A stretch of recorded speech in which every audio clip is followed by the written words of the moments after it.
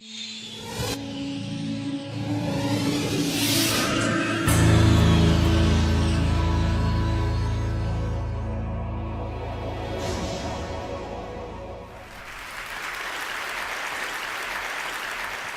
was a Saturday afternoon in May, and I suddenly realized that the next day was Mother's Day, and I hadn't gotten anything for my mom. So I started thinking about what should I get my mom for Mother's Day.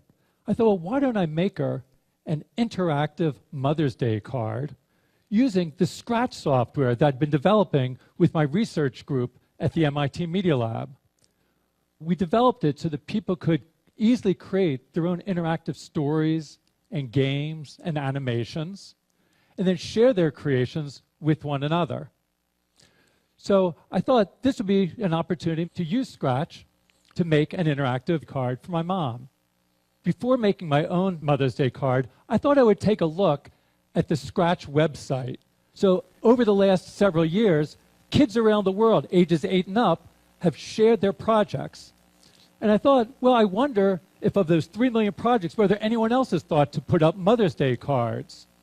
So in the search box, I typed in Mother's Day, and I was surprised and delighted to see a list of dozens and dozens of Mother's Day cards that showed up on the Scratch website, many of them just in the past 24 hours by procrastinators just like myself. So I started taking a look at them. I saw one of them that featured a kitten and her mom, and wishing her mom Happy Mother's Day. And the creator very considerately offered a replay for her mom.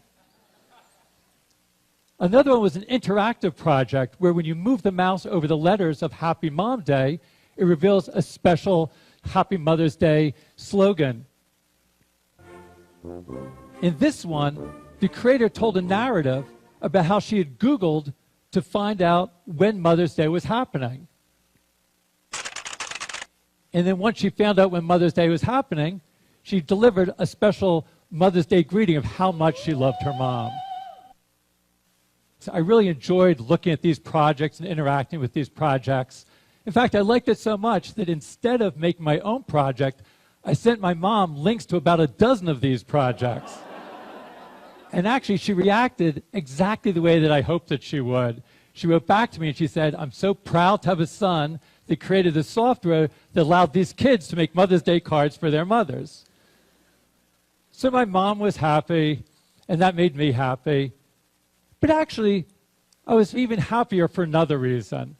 I was happy because these kids were using Scratch just in the way that we had hoped that they would.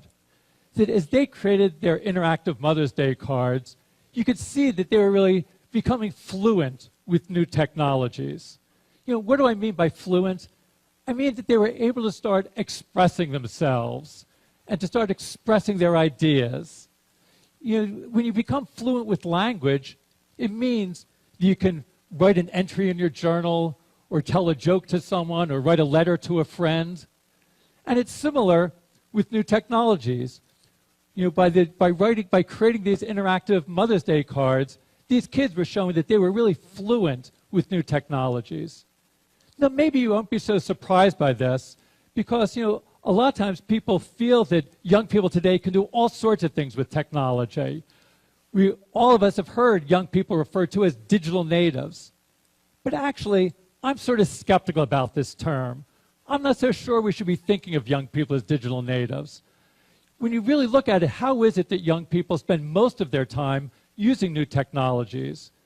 You often see them in situations like this or like this. And there's no doubt that young people are very comfortable and familiar browsing and chatting and texting and gaming. But that doesn't really make you fluent. So young people today have lots of experience and lots of familiarity with interacting with new technologies, but a lot less so of creating with new technologies and expressing themselves with new technologies. It's almost as if they can read but not write with new technologies. And I'm really interested in seeing how can we help young people become fluent so they can write with new technologies. And that really means that they need to be able to write their own computer programs or code.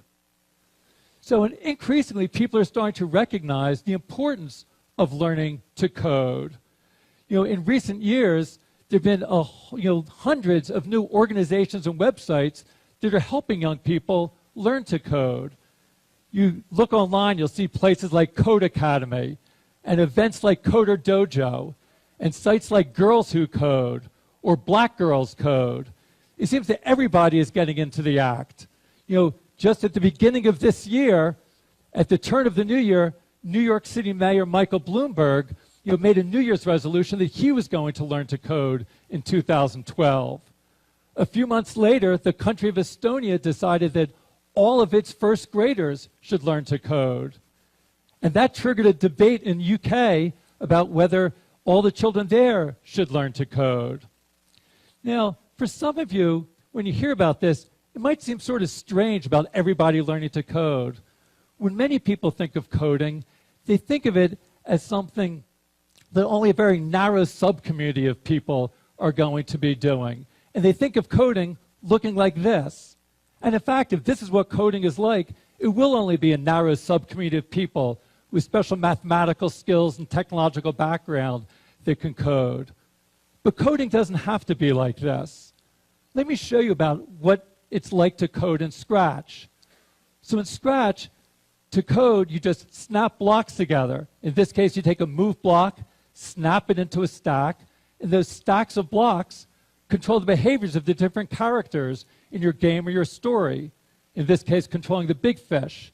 After you've created your program, you can click on Share and then share your project with other people so that they can use the project and start working on the project as well. So, of course, making a fish game isn't the only thing you can do with Scratch. Of the millions of projects on the Scratch website, there's everything from animated stories to school science projects to anime soap operas to virtual construction kits to recreations of classic video games to political opinion polls to trigonometry tutorials to interactive artwork and, yes, interactive Mother's Day cards. So I think there's sort of so many different ways that people can express themselves using this, to be able to take their ideas and share their ideas with the world. And it doesn't just stay on the screen. You can also code to interact with the physical world around you. Here's an example from Hong Kong, where some kids made a game and then built their own physical interface device and had a light sensor. So the light sensor detects the hole in the board, so as they move the physical saw, the light sensor detects the hole and controls the virtual saw on the screen and saws down the tree. We're going to continue to look at new ways of bringing together the physical world and the virtual world and connecting to the world around us. This is an example from a new version of Scratch that we'll be releasing in the next few months. And we're looking again to sort of be able to push you in new directions. Here's an example that uses the webcam. And as I move my hand, I can pop the balloons, or I can move the bug. So it's a little bit like Microsoft Connect, where you interact with gestures in the world, but instead of just playing someone else's game, you get to create the games. And if you see someone else's game, you can just say, see inside, and you can look at the stacks of blocks that control it. So there's a new block that says how much video motion there is. And then if there's so much video motion, it will then tell the balloon to pop. The same way that this uses the camera to get information into Scratch, you can also use the microphone. Here's an example of a project using the microphone. So I'm going to let all of you control this game using your voices.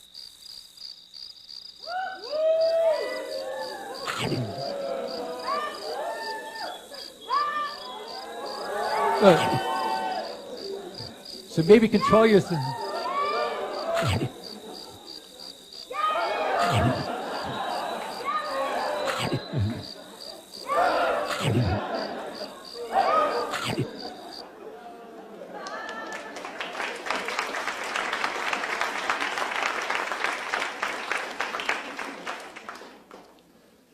As kids are creating projects like this, they're learning to code, but even more importantly, they're coding to learn. Because as they learn to code, it enables them to learn many other things, opens up many new opportunities for learning. Again, it's useful to make an analogy to reading and writing. When you learn to read and write, it opens up opportunities for you to learn so many other things. When you learn to read, you can then read to learn. And it's the same thing with coding. If you learn to code, you can code to learn. Now, some of the things you can learn are sort of obvious. You learn more about how computers work, but that's just where it starts. When you learn to code, it opens up for you to learn many other things. Let me show you an example. Here's another project, and I saw this when I was visiting one of the computer clubhouses. These are after-school learning centers that we help start that help young people from low-income communities learn to express themselves creatively with new technologies. And when I went to one of the clubhouses a couple years ago, I saw a 13-year-old boy who was using our Scratch software to create a game, somewhat like this one. And he was very happy with his game and proud of his game. But also, he wanted to do more. He wanted to keep score. So this was a game where the big fish eats the little fish. But he wanted to keep score so that each time the big fish eats a little fish, the score would go up and it would keep track. And he didn't know how to do that. So I showed him that in Scratch, you can create something called a variable. I'll call it score. And that creates some new blocks for you. And it also creates a little scoreboard that keeps track of the score.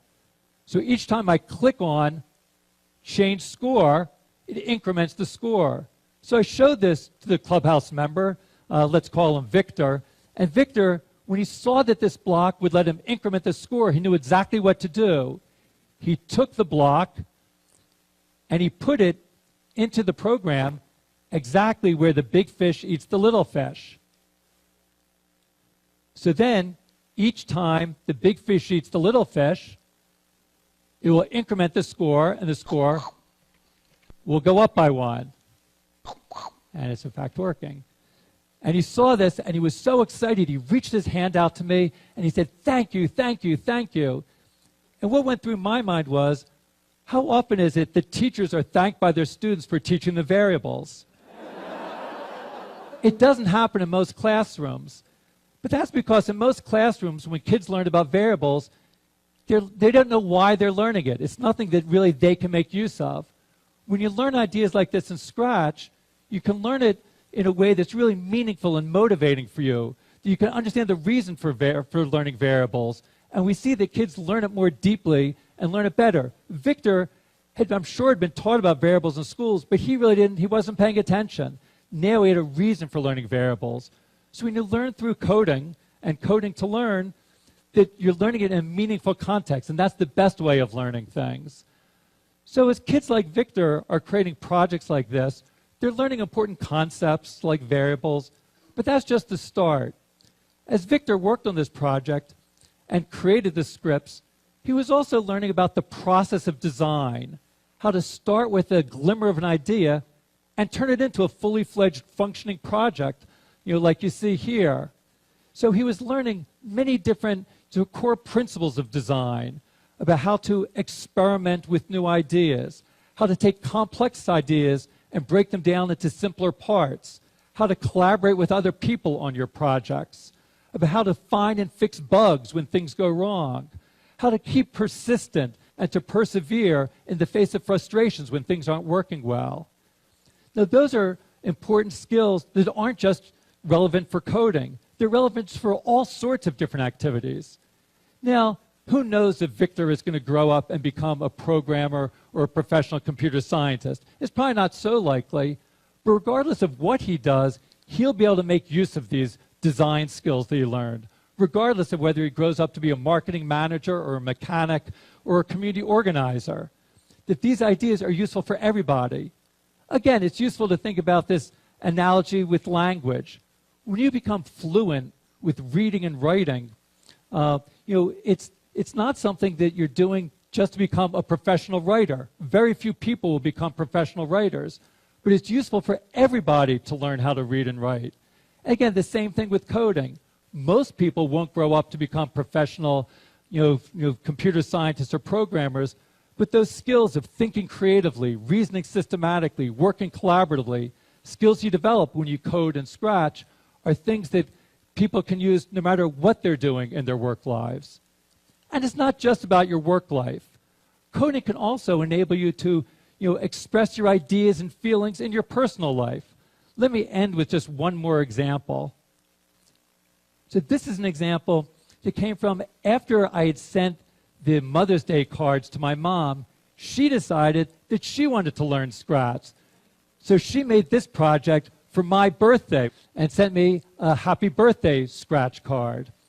Now, this project is not going to win any prizes for design, and you can rest assured that my 83-year-old mom is not training to become a professional programmer or computer scientist. But working on this project enabled her to make a connection to someone that she cares about, and enabled her to keep on learning new things and continuing to practice her creativity and developing new ways of expressing herself. So, as we take a look and we see that Michael Bloomberg is learning to code, all of the children of Estonia learn to code, even my mom has learned to code, don't you think it's about time that you might be thinking about learning to code? If you're interested in giving it a try, I'd encourage you to go to the Scratch website at scratch.mit.edu and give a try at coding. Thanks very much.